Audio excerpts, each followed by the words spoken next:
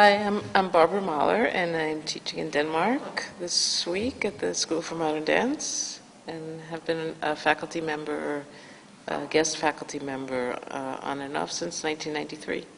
I teach something that I learned myself in order to become a much better dancer. In fact, my training started very late in my 20s, and I started doing this technique as a means to facilitate my own technical and creative growth.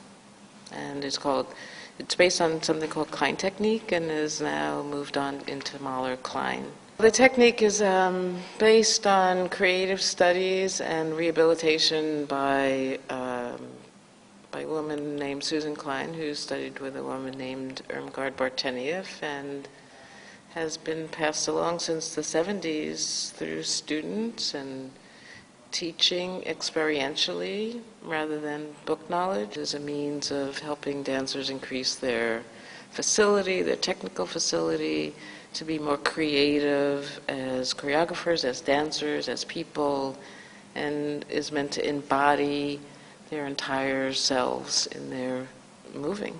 Knee, it's important, the knee to the pelvis. The big toe, the hip joints, the rotators. So you can imagine yourself doing 32 fortes. The very first woman I studied with, Dorothy Vislacki, was a dance anatomist, a pioneer in the 70s. And Susan studied with Irmgard and continued to develop the technique and break it down. Probably there's all these threads running and everybody runs. Everybody's connected to everybody, and everybody seems to need to find a way to follow their own thread by calling it a different name or to categorize it in a different way. Yeah. But this is a healing technique for movers, for dancers, and the stress is less on the intellectual and more on the experiential and feeling the body change. See, you're fine now, so... Yeah, but I mean, it's only when I get far back. I didn't learn like other dancers did, that I found it quite difficult to pick up combinations and found it quite difficult to experience them in my body without creating injuries. So I had one idea that I had major structural problems, and I also figured out that I had different learning needs, and it was actually through taking class that I was able to discover my own learning process. And with this information that was also process-oriented, I could change my body, which I did, and I learned how to learn, and I believe that learning in general is a very non-linear process. No, yeah, okay. All right. It's not the worst thing in the world, because believe it or not,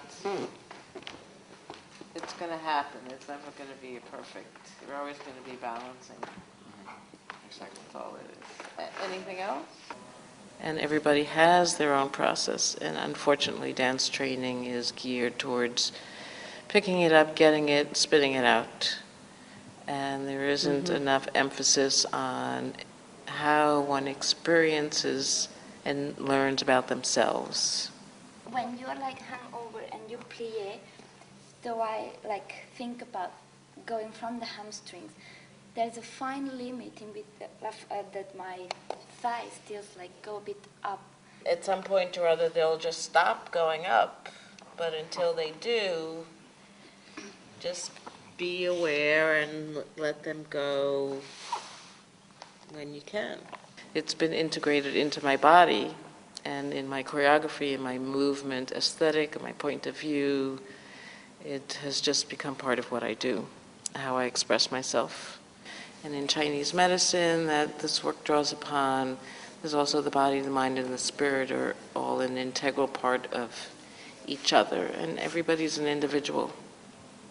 And they should be treated as such. And yet, somehow or they have to create a structure or a container for everybody to have the same principles to follow, and yet still have enough space in that container to figure it out for themselves. Let the leg go. Be more sloppy for now. And I think the biggest habit to break is this right? Is that right? Am I doing it right now? Can you correct me? Can you fix it? So how does that very personalized manner of working, the deep internal embedding of information within the body, how does that then work when you choreograph from the outside? That paradox you talked about earlier on. Well, more often than not, I've created my own movement, and I teach it to my dancers. And sometimes I have had them improvise and choose material that starts to say something because they are communicating between themselves. Like, it's a very difficult thing to define or to point a finger at or put a dot on, but it's all design. In a certain way, it's design that evokes emotion or environment or feeling. It speaks. I start with my body, and then I watch the movement that I videotape over and over and over and I improvise over and over and over until some material starts to keep getting repeated. Then I watch the movement and I see what it might be saying. What movement am I repeating? Why am I repeating it? Why does it keep coming back? From what part of me is it being expressed outwardly? You're teaching in many places. Denmark, I see, in the States, New York. Where else are you teaching? Mostly I was based in New York for a very long time, teaching in a very small situation, which grew and grew and grew over 20 years. Every day I taught a class, and over those 20 years, more and more people started to come to the studio from Europe, Scandinavia, and Asia, and it was through them coming to us that the work has kind of been pulled and been requested outside. So now I do a lot of traveling. So, I have a website. I get most of my work mostly on my website, which is fairly new. I do have a blog. And I see that you update that regularly. Which is, I do. Which is great. It's fun. You just say, hello, I'm here, I'm doing this. I'm inspired by... It's always important to be inspired by something. Another way of reaching out. And Another way of reaching out. connecting. Yeah. Great. Thank you, Barbara. Thank That was you. really enlightening. Thanks so much. We'll hope to see you again next year. I'm sure we will.